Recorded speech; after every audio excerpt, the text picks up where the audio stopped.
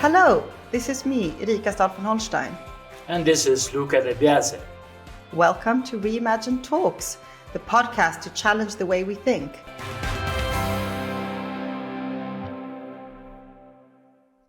Today we're here to reimagine democracy with Sir Geoff Mulgan. Sir Geoff Mulgan is Professor of Collective Intelligence, Public Policy and Social Innovation at University College London. Prior to that, he was Chief Executive of NESTA, the UK Innovation Foundation, between 2011 and the end of 2019. Previously, he was in the government, the UK government, including Director of the Government Strategy Unit and Performance and Innovation Unit, and Head of Policy in the Prime Minister's Office. He has also been first Chief Executive of the Young Foundation. He was the first Director of the think tank Demos, and he has been a reporter on BBC TV and radio. His latest books include Big Mind, How Collective Intelligence Can Change Our World, Social Innovation, How Societies Find the Power to Change, Another World is Possible, How to Reignite Social and Political Imagination When Science Meets Power. His books has been translated into many languages, including Chinese, Arabic, Korean, and many more. Well, thank you, Geoff, for being here today with us to reimagine democracy and collective intelligence. Having been at the heart of this debate for so long and having thought about so many different dimensions of this topic, how would you define democracy in this context, and why do you think it's so important to reimagine it? Well, thank you, Erika and Luca. In a way, democracy at heart is very simple, and it's in the word which comes from ancient Greek. It means ruled by the people. But that can mean many things. The question is, how do the people collectively make decisions which serve their interests? And I think three angles on democracy are essential and often missed out when we discuss it. The first is to realize that in reality, democracy is not a single thing. It's not just about elections and not just about presidents or parliaments. It's always been an assembly of multiple elements, including regular elections and multiple tiers and political parties and programs, but also constitutions, supreme courts, and so on. And it's the assembly which makes it work. If it was only everything being voted for, we'd probably have pretty disastrous results for democracy. So it's the assembly which makes it work, just as most of the technologies we depend on, like the car or the laptop, are actually assemblies of multiple elements pulled together to become useful. So that's point one, which is often forgotten because people just think of democracy as only about voting. And voting is very important, but it's not all that democracy is. Secondly, nearly all the forms we have in democracy were essentially crystallized in the 19th century. Ancient Greece obviously had very different models of direct democracy, though not for women and slaves. But in the 19th century, we got the model we take for granted now, which is that every 4 or 5 years, you vote for a political party which has a program, you send people to an assembly in the capital city, they pass laws, and you get to decide a few years later whether to keep them or kick them out. Now, what's so odd about that is that model has hardly changed. In 2024, we're still essentially using that 19th century model of democracy, even though almost every other field of our lives has been transformed. How we work, how we shop, how we do relationships, how we travel, how we do finance have been transformed by using technologies to reimagine how these functions are done. And I think, and this is the crucial, perhaps third point, as a result, democracy often feels now out of kilter with the rest of the world. People don't feel it expresses their interest, their views enough. People don't see it making use of all the intelligence there is around in their society to make really good decisions. And so we have this strange feeling that collective stupidity is as common as collective intelligence, that our democracy has lost trust, and according to the surveys, each generation has had less trust in democracy as a system. And I think part of the reason is the failure to reimagine democracy. Well, Geoff, at Reimagine Europe, we often reference Don Quixote to illustrate how today's society expends much energy tinting at will means rather than confronting real societal issues. Do you agree with this metaphor? And in your view, how does the current framework of public debate hinder the emergence of innovative ideas and solutions? Well, I think there are many barriers to change and reform. The most obvious one is that the people who are beneficiaries of the system as it is now are unlikely to be the ones who will want to completely transform it. And globally, most of the new ideas, the pressures for reinvention, reimagining of democracy have come from outsiders, from new political parties or new political movements trying to challenge the incumbents. But usually the incumbents have said, actually, we think the system, basically works. Let's not mess around with it. I think with the added crucial issue now, and in the last 10 or 15 years, of really the hinterland around democracy, of social media and misinformation and fake news and deep fakes and all of these things. We've had a whole world of technology transforming the information, which is vital for democracy to thrive. But more and more, it's not actually serving democracy well because it is circulating falsehoods. It is amplifying the most extreme emotions. It's contributing to polarization and not to problem solving. And in a way, I think we had a missed chance 20 or 30 years ago as the internet was becoming so much part of our daily life that far too little work was done to ensure we use this incredible resource to enhance our capacity to make decisions together.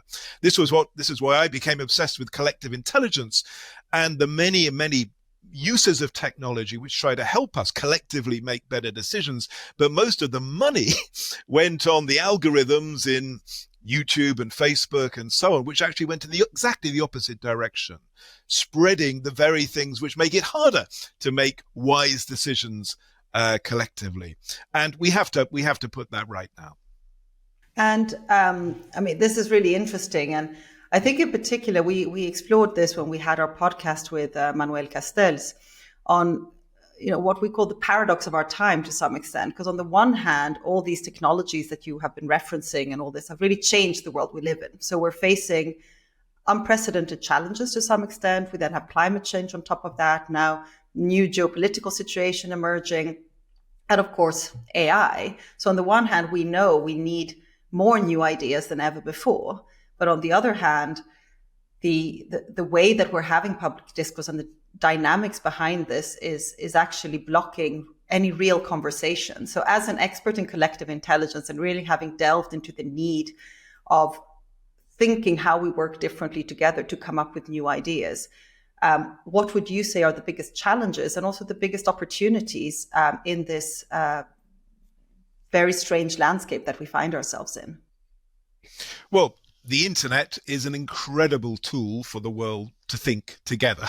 Well, and we every day use things like Wikipedia, which is a collective intelligence tool. The whole world of science has been changed by citizen science projects where millions of people take part in observation or interpretation. And many businesses, as a matter of course, try to tap into the brain power of their consumers or their workers using technology to solve problems. The issue is that although these are all happening, and to my mind are extremely healthy, they're relatively marginal and they haven't really been embedded into the way our whole systems work. And you can see this paradox in relation to climate change, which you mentioned.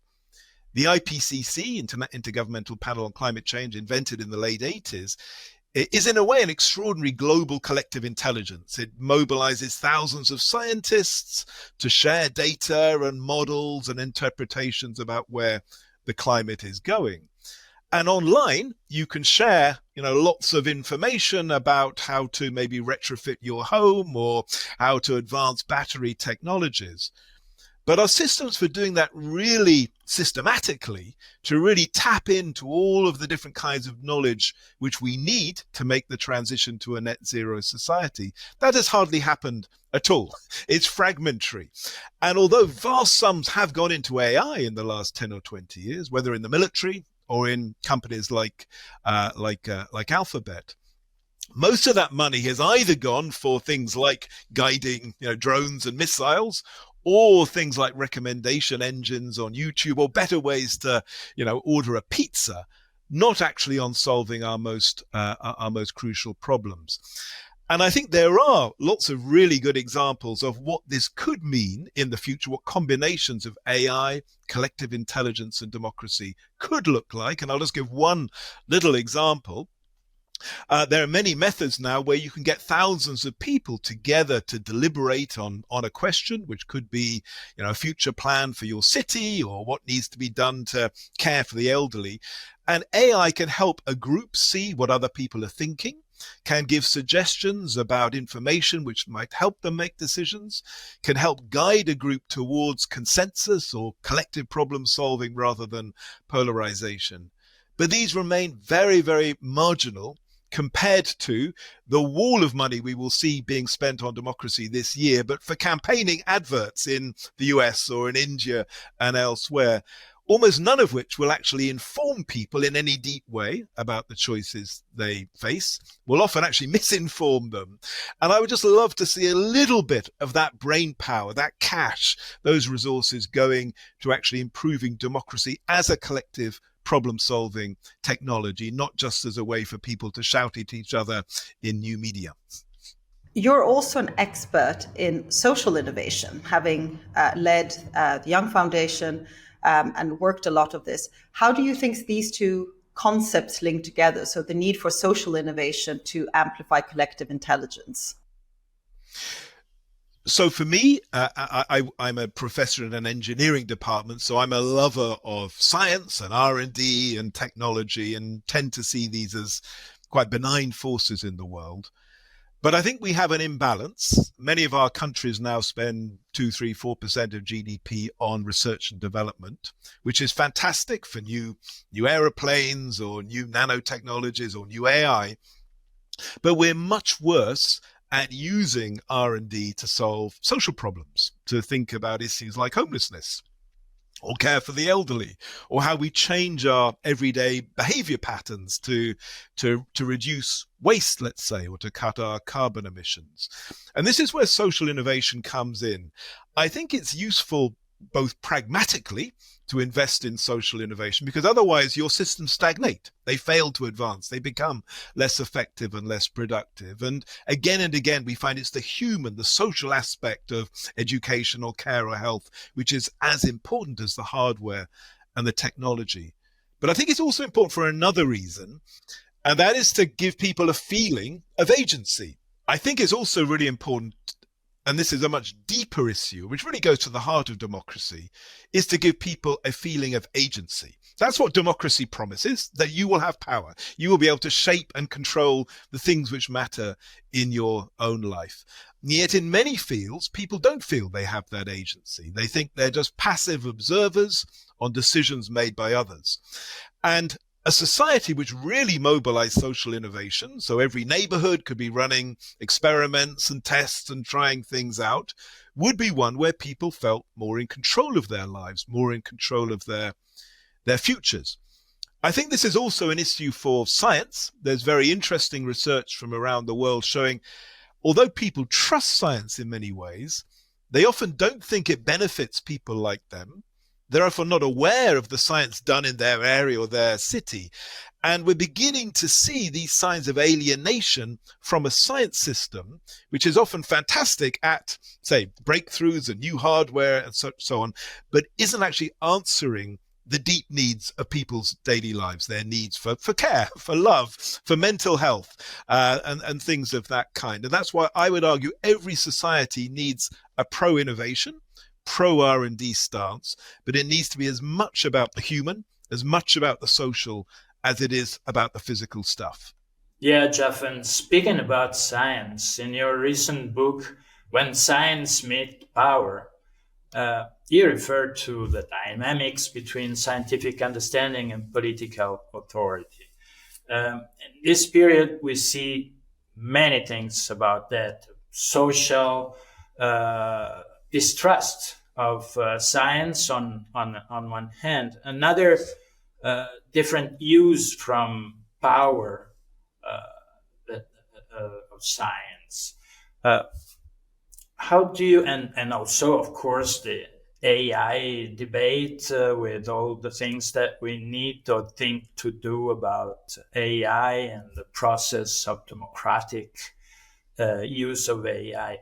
How do you judge the way we are regulating AI in this domain, and how powers and democracies are dealing with science at present? Thanks, Luca. So I mentioned earlier that I think it's useful to think of democracy as a kind of assembly of multiple things.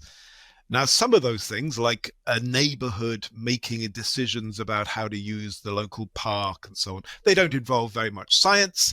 It's quite easy, I think, to reimagine democracy at that ultra-local level. But more and more of the issues which certainly national governments are having to deal with involve a lot of quite complex science. We saw this through the pandemic, as they had to understand infection rates and epidemiology. It's obviously true of climate change and understanding transitions of transport and energy systems. And it's certainly true of AI, where governments have to work out what to do, what laws to pass, what to regulate. And I think this is showing really quite a series of major problems on the relationship between democracy and politics on the one hand and science on the other. One part of this is just the anti-science sentiment. You can see this very clearly in the US. It'll be very visible this year. Most Republican voters now don't trust scientists. They did 10 years ago. They don't now. And people like Ron DeSantis have tried to even outdo Donald Trump in their anti-science rhetoric. But that's only part of the story. I think there's also a bit of a problem with scientists themselves, often struggling to understand what matters to the public, what things they should be accountable for. For example, very dangerous biohazard labs are situated in the middle of many big cities, but the public often isn't even aware of this. And I think in many fields where science is very risky, we need new mechanisms of accountability, of democracy. But we also, crucially, need our politicians to better understand the science they're having to deal with. And AI has shown this very clearly. How few politicians have even the most basic training, the grasp of the issues, which can then guide them into passing wise laws, regulating in smart ways. So we've actually had AI as part of our daily life for 10, 15, 20 years in our phones, in probation systems, in health systems. It's only now politics is belatedly catching up with the need to block the worst abuses of targeting or facial recognition and so on, or of cyber attacks, but also to amplify the potential good of AI in fields like education and health. So what I argue in my new book is we actually need a reset, but on multiple levels. It's not just anti-science or pro-science. It's changing the character of science itself and its accountability to the public, and really reframing our politics, our political institutions, so they can do a better job of understanding these very complex issues. And just a final example, which is not that far off, is quantum computing. So many governments are investing enormous sums in quantum. It's very exciting. It's intellectually absolutely fascinating. But no one quite knows what quantum will do. It's possible some of the advances in quantum computing could destroy all of privacy on the internet, all of our WhatsApp and Gmails and so on. We don't know.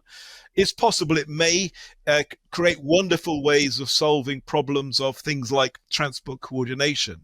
But so far, not a single country has even got to first base in thinking through how should we have that dialogue? How should we think through the public interest as well as the commercial interest and the scientific fascination on this extremely exciting but potentially very risky set of technologies? Thank you, Geoff. In another book that you've written, Another World is Possible, How to Reignite Social and Political Imagination. And just let me tell you, I love that title. It's kind of the basic concept behind a lot of my thinking. You really give this dream view of what would be possible if we started thinking differently, if we dared to imagine a different world. This year, we're having really an enormous year for democracy in the world. We're having billions of people going to the ballot box, including in Europe, in the US, and in the UK. What, in your opinion, would be the most important thing in order to tap into this energy and start daring to imagine a different reality? So I fear this year of more voting than ever before in human history will be quite a pessimistic year. And in a way, this was a prompt for me writing that book, was the sense that political and social imagination had shrunk, was stunted. Majorities in many countries expect life to be worse for their children than for them. If you study the media or books, you see this big shift from interest in progress and future to a focus on anxiety and risk and disaster. And we can picture the dystopias much more easily than we can picture the utopias. And I think this is a crucial challenge for democracy. I think if you can't show people a plausible roadmap 10, 20, 30 years into the future about how life might get better, then it's not surprising people either want to return to the past, to some mythical golden age of the past, or you just get into a sort of nasty, negative politics where you look for scapegoats or someone to blame. So I fear 2024 will not be a year of fantastic progress. I think many of those elections will, in some ways, reinforce what we know is wrong with democracy, then show it rather than showing the way forward. But what I hope we will get from political leaders is, firstly, actually taking seriously their duty to help societies imagine.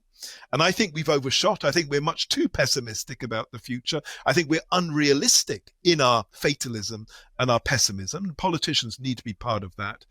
But also in their programs, they need to be not just talking about the daily issues of jobs and migration and so on, but they also need to be fixing the system. Because as I said earlier, if our overall democratic system has failed to renew itself, failed to innovate, failed to reimagine itself, it's vital that we fix that as well as the problems of the present. Otherwise, this secular decline, this long-term decline of trust in democracy as a system will only get worse. So just to bring it a little bit back to our audience, in one way, we're saying that democracy has this enormous capacity because it's actually a system that is built on the concept, as you were saying, it's government of the people, of being able to take stock of all the experience and expertise out there. But the way we're handling it right now is maybe not the ideal way to be able to take that and to build that into the system. Do you think we need to have a deeper revisiting of the tripartite system of Montesquieu? Do you think we need to reconsider how all these different parts work, with particular focus maybe on the role of the fourth estate, so the media and the media ecosystem? Yeah, I think democracy now is completely different from 300 years ago, not least because we have a state which is probably spending 40 or 50% of GDP. We have very large, complex state bureaucracies tied into democracy. So that means the sort of mental models of the 18th century or the 17th century really don't fit where we are today. And this is crucial for how we understand democracy as collective intelligence, because it means we're needing democracy to cope with multiple kinds of decision, some of which, as I said earlier, are relatively straightforward and accessible to people, like what to do in your neighborhood and so on. But others are incredibly complex and require deep expertise, whether it's about science or perhaps regulation of finance or planning of complex infrastructures. So the idea that democracy is just expression of the people's will is a very anachronistic idea. We should all want a democracy which knows the difference between a decision which I, as an ordinary citizen, can really contribute to, and one where I'd be pretty stupid if I was making, contributing to complex decisions. So it's that management of multiple kinds of expertise, really a repertoire of different kinds of decision is crucial. And this again is why democracy as assembly is so vital to understanding its future and how it makes the most of intelligence.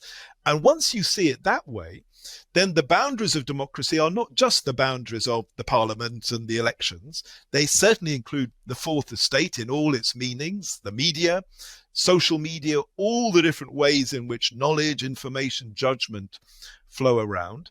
But they also include things like universities and science and the deep repositories of knowledge and evidence, which sit, again, around the system, but which are vital to be drawn on if we're going to get good, wise decisions in the public interest. I think this sort of should be obvious, but it sometimes gets missed out in, I think, the slightly simplistic framings of political theory, which are essentially, as I say, from the pre-modern era and don't really fit an incredibly sophisticated, complex society, which requires subtle decision making in so many different spheres at the same time. And just to come with the last question, if I may, we often talk about democracy in terms of national perspectives, in a very national context. But we're moving in a more and more global world where the problems, as we saw with the pandemic, as we're seeing with many of things, cross the borders, and you're seeing the need for more and more intergovernmental collaboration across countries and across continents as well. Guterres, so the Secretary General of the United Nations, has called for a summit for the future to revisit global governance. How do you think that fits with these broader topics about the need to reimagine democracy and collective intelligence? Well, it's obvious that so many of the decisions we need and we do make in the world today don't fit within national borders. But the world has struggled in reinventing democracy beyond the nation state. Europe is really the only major exception to that with the European Parliament. I've written quite a bit about what some of the reforms of global governance might look like, not trying to recreate a nation state at a global level where we all vote for a parliament and it has an army and a civil service and so on. I think that's the wrong metaphor. Rather, what we need, again, it's a little bit like thinking of democracy as an assembly at a national level. We need multiple different ways of organizing things, many of which will be based on collective intelligence. This is where the IPCC, the WHO, many other institutions are, I think, useful starting points because they try and organize global knowledge, global thinking, global data to support decision-making at a global level without necessarily having an assembly with voting powers which can pass laws and raise taxes. That's the necessary first step. I've then also argued that there are many specific fields where we do need much stronger governance. AI is one which you've already mentioned. I've published various proposals on that and on data. And here, one of the really interesting things is that when the UN was set up, an article was put into its constitution that every 10 years it should rethink its structures. It should reimagine itself to ensure its processes and its structures fitted the tasks of the era. That hasn't been invoked since the 60s, that clause. So the UN, in a weird way, has sort of been frozen now for half a century, even as the world around it has changed in so many different ways, above all with the rising importance of knowledge, data, information, digital, and so on, none of which have an expression in the UN system. So I hope these exercises don't try and create a sort of mythical, as it were, nation state at a global level, which is what the sci-fi writers thought would happen 100 years ago. That's a dead end. But rather looking at multiple places where we can both create institutions which are democratic in spirit, accountable, transparent, and so on, but also which can pool global knowledge, experience of all kinds to guide how we collectively make decisions. So, just stupid question, but we in the West, we always think that democracy is the best system. Would you demonstrate that to somebody that is not a Western? So, in the past, it was often thought that democracy was a purely Western idea and couldn't spread to other cultures. We know that's not true at all. We know that some of the best democratic innovations are happening in countries like Taiwan. India is very much a democracy. And that, I think, that traditional view doesn't hold water at all now. We also, again, nowadays hear the argument, which was often made in the 1930s, that autocracies are more efficient than democracy. They make decisions much quicker, they can solve problems, and so on. And again, that's an argument which doesn't really fit the facts. Almost always when a big democracy has fought a big autocracy, the democracy has won. They have dramatically bigger achievements in terms of economic growth, human well-being, health, and so on than the autocracies. But I think it's very important Democrats are not complacent about that, because I think these will only remain true so long as democracies can reinvent themselves, can innovate, can transform their own systems. If democracy stagnates, then it probably will decline relative to non-democracies. And China in particular, which is revolutionizing its governance, its use of technologies in all sorts of ways, is the challenge to democracy. So my core argument to anyone would be a truly intelligent society is one which makes the most of all the collective intelligence available to it. And autocracies are usually bad at that because they crush some of the knowledge, some of the intelligence which is threatening to the leaders. That's why they're often very bad in pandemics, because they deny they're happening. It's why they're very bad at coping with discomforting data. And to me, the core of the ethos of democracy is a willingness to engage with uncomfortable facts, uncomfortable ideas. That's what drives progress in the long run. And that's why a reinvented democracy, I'm sure, will always outperform autocracy. So you would say that democracy is not an ethical thing, it's an epistemological thing. I think it's all of that. Democracy has an ethical core, an epistemological core, and a pragmatic core that over history, democracy has turned out to be the best, the most effective means of governance anyone's ever invented. But that doesn't mean it's perfect, and it certainly doesn't mean it doesn't deserve to be reimagined and reinvented periodically. Thank you very much, Geoff. And what a perfect way to end this fascinating conversation. I know we can talk about this for hours, but I think this gives our listeners an initial view of why it's so important to reimagine democracy, why we shouldn't be complacent. And I think that this is a very important element. And to, start believing in, what we would be capable of doing if we thought about things differently and if we started trusting each other, maybe not only at a national level, but also at a global level. Because I think we need to imagine this other world that you're talking about, that another world is possible, so that we can hopefully imagine something more positive after 2024. Thank you very much, Geoff, for being here with us today and for delving into these very important and timely topics with us. Thank you, Eric. Thank you, Luca.